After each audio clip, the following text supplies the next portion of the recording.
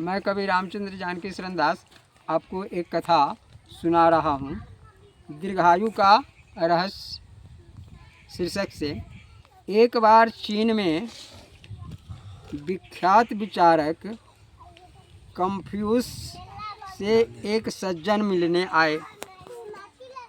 उन दोनों के बीच धर्म और दर्शन के माध्यम से अध्यात्म के अनेक पहलुओं पर देर तक चर्चा हुई। फिर उन सज्जन ने पूछा, यह बताइए कि दीर्घायु कौन होता है।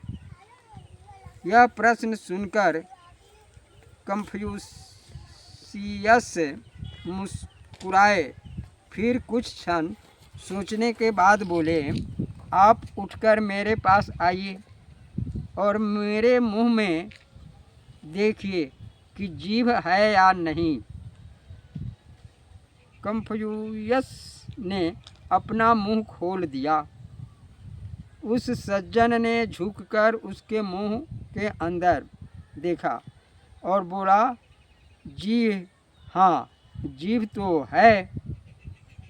कन्फ्यूशियस ने कहा, अच्छा, अब देखिए कि दांत है या नहीं। उस सज्जन ने पुनः झुककर कन्फ्यूशियस के मुंह के अंदर देखा और बोला, दांत तो एक भी नहीं है। कन्फ्यूशियस ने आश्चर्य व्यक्त करते हुए कहा, अरे यह क्या हुआ? जीभ तो है और दांत एक भी नहीं, जबकि जीभ तो दांत से पहले पैदा हुई थी ना। उसे तो दांतों से पहले विदा होना चाहिए था। क्या आप बता सकेंगे कि ऐसा कैसे हुआ?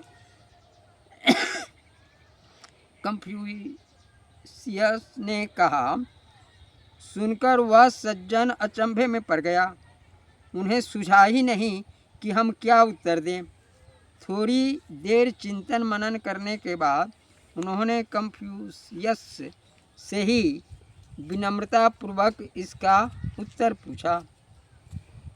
कन्फ्यूशियस बोले, आपके प्रश्न का उत्तर भी इसी में है।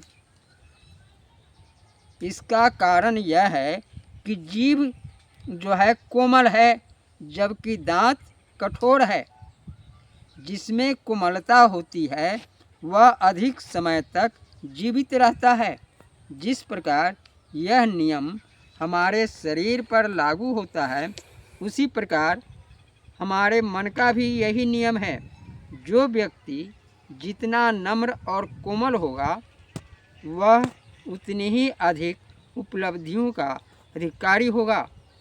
इसीलिए कहा गया है कि जिसमें कोमलता, लचीलापन है, वही अधिक टिकाऊ होता है। यह भी कहा गया कि जो झुक सकता है वह कायम रहता है।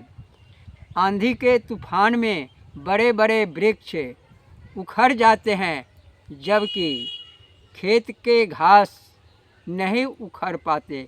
ऐसे ही जो अभिमानी होते हैं वे ऐसे ही चले जाते हैं। सीताराम।